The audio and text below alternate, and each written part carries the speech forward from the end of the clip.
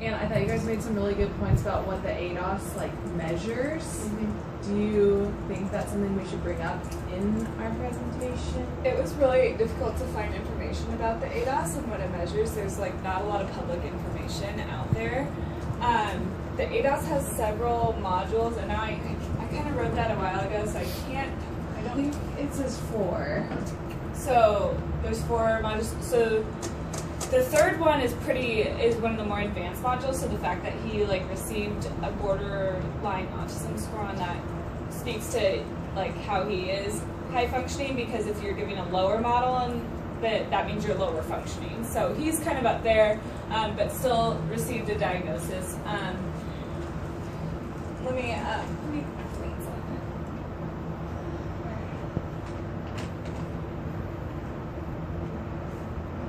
Did I pass it? Okay.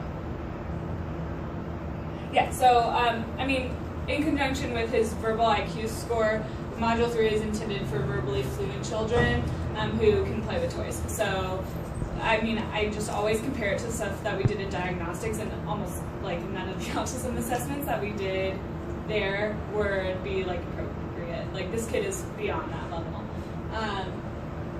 So verbal fluency is defined as having the language of a typically developing 4-year-old. So he's at least combining words into sentences and using that appropriately. Making logical connections. He's using spontaneous speech, and he can talk about decontextualized things. So doesn't have to be right in front of him. He can talk about stuff that happened yesterday.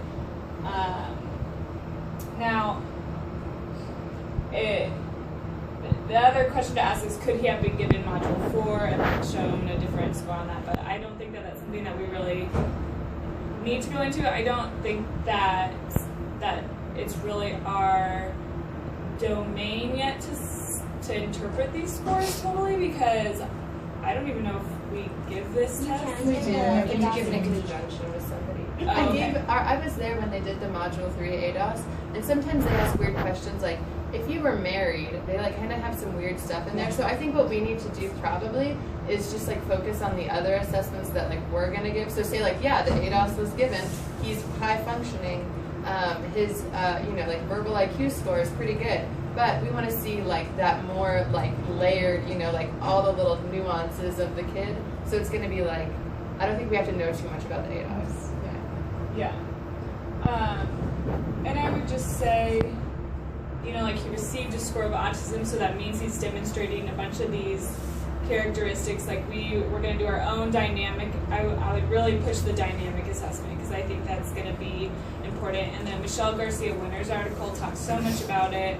There's even there's a whole, let me see if I can grab that in my binder, but they actually give you an evaluation to do, which is really helpful. And then it tells you, based on the results of that evaluation, what goals you can set if you're looking for even more information on that.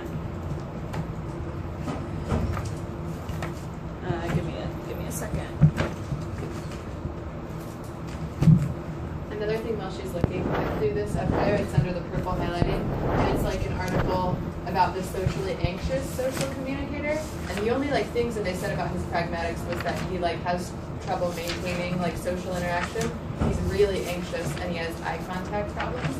And this kind of talks about what the socially anxious social communicator looks like. And it's also in the Winter article, and Cindy Weiniger showed it to us during our autism class, so if you want to pander to her a little bit, mention that. Okay, so it's this article. It's actually, there's two that, in addition to just the Michelle Garcia Winter article that's called the I Laugh something, which lays out just the different components that you need to look at. It's this one that's the Social Thinking Dynamic Assessment Protocol. So it just kind of gives you questions that you need to know about the student,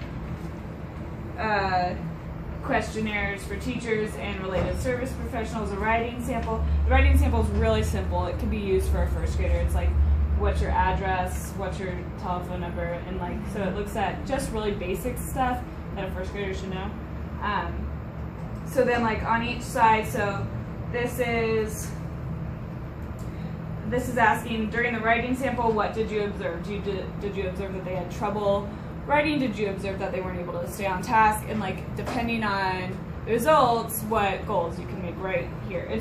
I like really liked this protocol. It's not standardized though, so I mean, you take it with a grain of salt, but has just kind of very, I thought, a really thorough step-by-step way of what you need to do.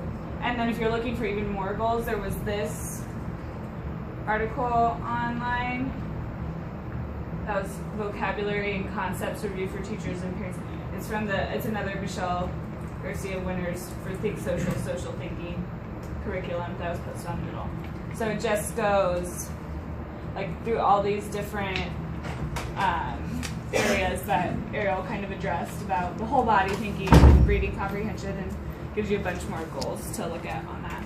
So the dynamic assessment protocol, is that in her social thinking article? Social language? Yeah, I think so. Yeah. Or no, I don't know the name of the article. The Social Thinking Dynamic Assessment Protocol. It's thinking about you, thinking about me. Did I have something about that? Oh, are you on it? I can't get on. That's a book. My supervisor has it. Yeah, I know. I'm pretty sure I got these all off Moodle. Cindy, want to get No, off of the Moodle for this class that we're in right now. There's like a bunch of them. Yeah, Jenny Ricard's like Moodle. This is where we got a bunch of our like articles, because she's like specifically talking about like social communication for kids with autism. It's really good, so check it out. But I wouldn't waste your time looking for like a standardized pragmatic assessment, because there's not a great one out there. This is our only social language development test. Yeah. It's a good. I mean, I looked at it. I haven't ever given it, but it seemed okay. Like it's got pictures, and it's like, how does this person feel? And you're like, what do you let them answer? Yeah. Okay. That is it. Yeah, because that article was like 1999 or something, so it was before this one was developed. So she was really down on like standardized tests, don't do them, you know, they're not very good. But I don't know, like when I kind of looked at that one, it looked like it was describing a lot of the kind of informal tasks that she was describing. So I don't know, that might be the only one that. I really liked it when I gave it to a Yeah. high functioning guy who got screened for autism in kindergarten, I think, and wasn't diagnosed, but he, like you could tell when you interacted with him. How did he do on the? We finally were able to be like, okay, yes, it's a social language. It caught him when other tests. Yeah, because that's what she was saying about the TOEFL, is that it won't catch those kids that are really high functioning, because it really just skims. It's a kind of a broad test, but not a very test that goes in depth on a lot of things. So. What's the name of that? The social language development test. This is the elementary version, and we have it here. If you want to flip through it.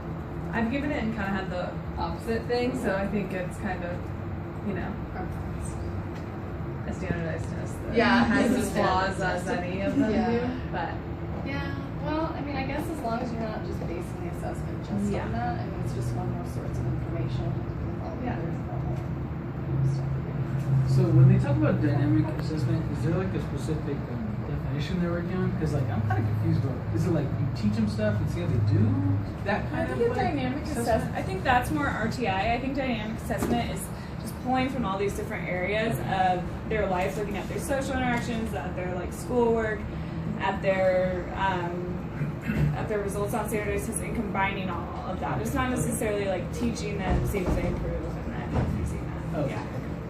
I feel like we have had that kind of convoluted though, that like dynamic assessment equals teach, test, teach, retest. Yeah. So that's how Convoy taught it. yeah, that's what Convoy taught it. And Dr. Osborne, I think, kind of taught it. Maybe I'm wrong. The I don't know. specific definition is teach, test, or test, teach, test.